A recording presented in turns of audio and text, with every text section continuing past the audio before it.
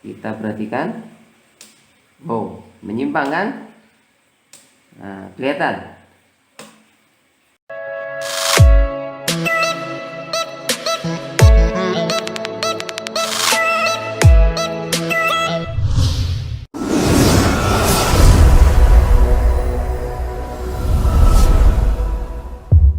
Assalamualaikum warahmatullahi wabarakatuh. Halo, apa kabar sahabat Ilkipa yang berbahagia? Kita ketemu lagi ya setelah sekian lama kita tidak upload video nih. Kali ini kita akan bermain-main tentang elektromagnet, atau kita akan mengungkap beberapa kasus hubungan antara listrik dengan magnet. Hari ini kita akan melakukan dua percobaan. Yang pertama adalah percobaan Oersted, yang kedua adalah percobaan Lorentz ya. Oersted itu untuk membuktikan bahwa di kawat yang berarus listrik itu di sekitarnya akan menimbulkan medan magnet. Terus kemudian kalau percobaan Lorentz itu membuktikan bahwa nanti kalau ada kawat yang berarus listrik kemudian ditempatkan dalam sebuah medan magnet, maka akan muncul tarikan atau dorongan, atau dalam ilmu IPA-nya disebut gaya. Gayanya namanya gaya Lorentz. Oke. Saya akan berbagi bagaimana cara untuk membuktikan itu dengan mudah dengan menggunakan peralatan yang ada di lab kita ya. Yang kita butuhkan, oke, satu adalah sumber tegangan. Saya menggunakan power supply yang ada di lab IPA ini ya. Kita akan menggunakan sumber tegangan. Adik-adik mungkin yang mau praktek di rumah bisa menggunakan baterai, tidak masalah ya. Tadi supaya saya nggak boros harus beli baterai, saya pakai power supply lebih mudah. Terus kemudian kita butuh ini PCB ini ya. Ini PCB yang ada di kit listrik magnet ada ini. Oke, mungkin ini untuk Bapak Ibu guru yang mau berbagi untuk bagaimana melakukan percobaan ini ya, silakan disimak videonya ya. Terus kemudian kita butuh ini, butuh kabel hitam merah. Nanti yang merah digunakan untuk yang positif, nanti yang hitam digunakan untuk yang kutub negatif. Terus kemudian kita butuh lampu sama fittingnya ini ya. Lampu ini untuk membuktikan atau untuk mendeteksi adanya arus listrik nanti. Oke. Terus kemudian saya menggunakan lagi ini.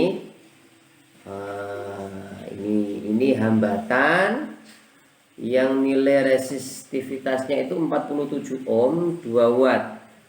Nanti ini tujuannya antara lampu dengan hambatan ini akan saya hubungkan secara paralel, karena saya ingin meningkatkan kuat arus listrik pada penghantarnya nanti supaya medan magnet yang ditimbulkan itu lebih besar.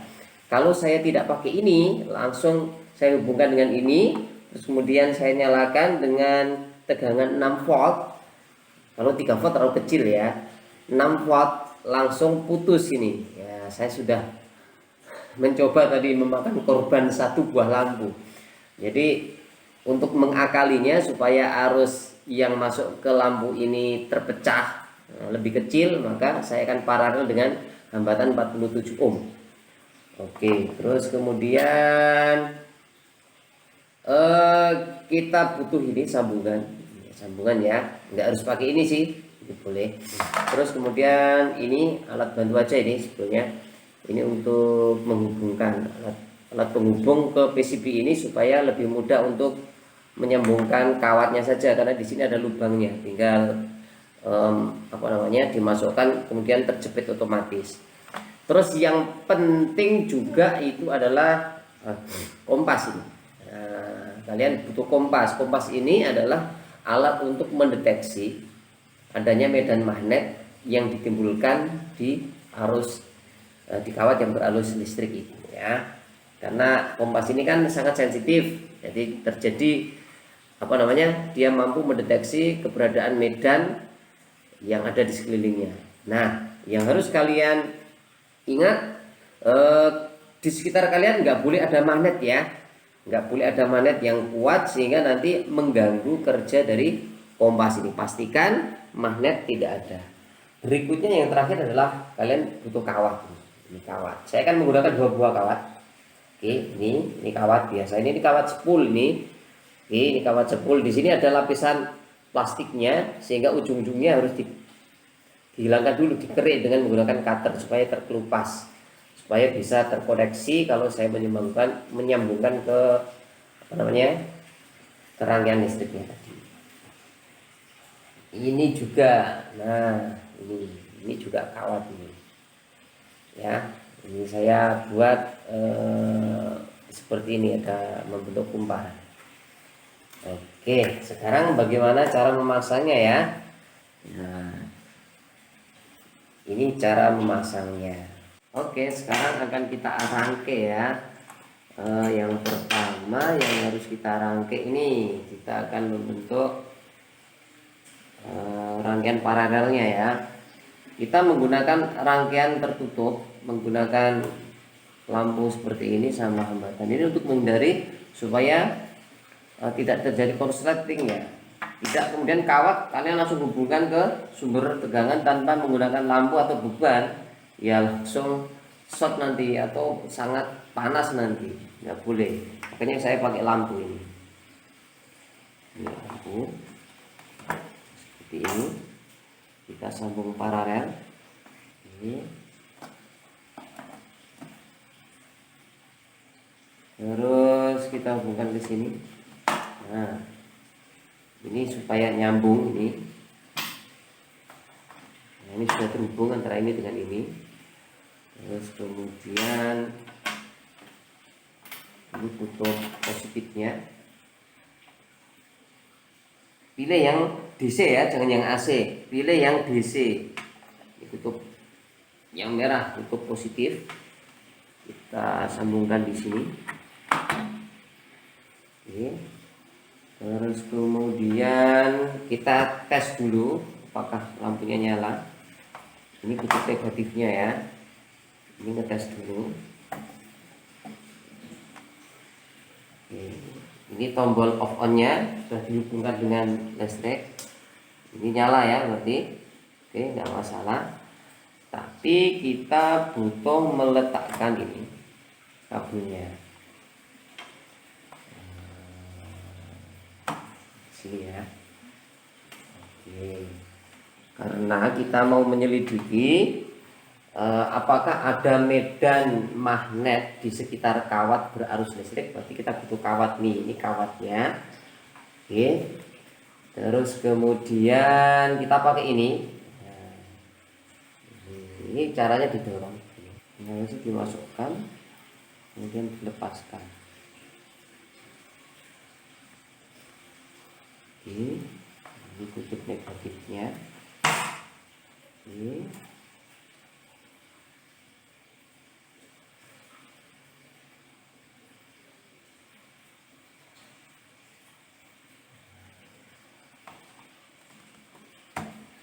Tes apakah menyala. Oh, nyala. Oke. Jadi listriknya lewat sini, ini positif. Nah, jadi listriknya lewat sini ya, positif. Nah, jadi ini arusnya mengalir ke sana, mengalir ke sana. Oke. Nah, apakah di sekitar kawat ini terdapat medan magnet? Berarti kita perlu kompas untuk mendeteksi. Kalau kompas ini nanti setelah nyala lampunya, listriknya dinyalakan, kok dia ada gerakan, berarti dapat kita ambil kesimpulan bahwa di sekitar kawat berarus listrik menimbulkan medan magnet. Nah, sekarang dalam kondisi kompas dalam kondisi tenang ya, perhatikan. Nah, sekarang akan saya nyalakan. Oke, nah perhatikan ada gerakan, tapi kecil ya gerakannya. Nah, mungkin saya posisikan ke titik tertentu supaya untuk memperbesar. Oke, biarkan tenang dulu. Kita perhatikan. Oh, menyimpang kan? Nah, kelihatan. Oke, kelihatan ya. menyimpang. Itu artinya ketika arus listrik dinyalakan, maka akan ada medan magnet di sekitar kawat ini yang menyebabkan jarum kompas ini menyimpang. Inilah yang dimaksud dengan percobaan Ørsted. Oke. Nah, jadi Ørsted itu membuktikan bahwa di sekitar kawat berarus listrik akan menimbulkan medan magnet yang arahnya itu melingkar. Ini kan kuat arusnya ke sini ya. Nah, kuat arusnya ke sini. Akan kita bahas di papan tulis ya. Kita perhatikan. Nah, ini saya akan menggambarkan kawat berarus listrik. Ini ya. Ini kan tadi. Oke. Ini lambatan. Terus kemudian ini baterainya. Berarti arusnya ke sana. Ini arusnya. Maka medan magnet itu melingkar di sekitar kawat berarus listrik ini dengan aturan tangan kanan semacam ini. Nah, caranya begini. Melingkar itu artinya berubah. Di setiap titik itu berubah. Ya, kalau kita gambarkan semacam ini, cara menentukan kemanakah arah lingkarannya itu seolah-olah kawatnya kita genggam dengan menggunakan tangan kanan. Terus kemudian ibu jari kita arahkan dengan arus, maka kemudian lipatan keempat jari kita ini menunjukkan arah melingkarnya medan magnet. Jadi melingkarnya arahnya ke sana. Artinya apa? Melingkar itu berarti, ingat ya, melingkar itu berarti medan magnetnya berubah-ubah. Jadi, ketika dia berada di titik ini seperti ini, maka medan magnetnya akan bergerak ke bawah. Kalau dia di sini, maka akan bergerak ke atas. Oke. Kalau dia titiknya ada di sini, maka akan maju ke sana, menuju ke pembaca. Oke. Terus kemudian kalau berada di bawah, kalau berada di bawah kan berarti begini. Nah, bawah berarti menuju ke sana. Oke. Kita ulangi. Misalnya di sini ada titik P yang berada di atas kawat, maka medan magnetnya akan menuju kita. Akan menuju pembaca, menabrak diri kita. Kalau ada titiknya di sini, misalnya titik Q, Q berarti seperti ini. Nah, berarti masuk ke dalam. Berarti arah medannya menembus. Itu yang dimaksud melingkar. Melingkar itu artinya dia berubah arah secara terus-menerus tergantung titik yang kita tempatkan di sekitar kawat. Inilah percobaan Ørsted yang membuktikan bahwa adanya medan magnet di sekitar kawat berarus listrik. Oke sahabat klinik IPA, itu ya, itu percobaan Ørsted yang membuktikan bahwa adanya medan magnet di sekitar kawat berarus listrik. Berikutnya untuk gaya Lorentz kita bahas di video berikutnya. Jadi percobaan ini saya potong sampai di sini dulu supaya tidak terlalu panjang. Oke, sampai ketemu di video berikutnya. Assalamualaikum warahmatullahi wabarakatuh. Bye bye.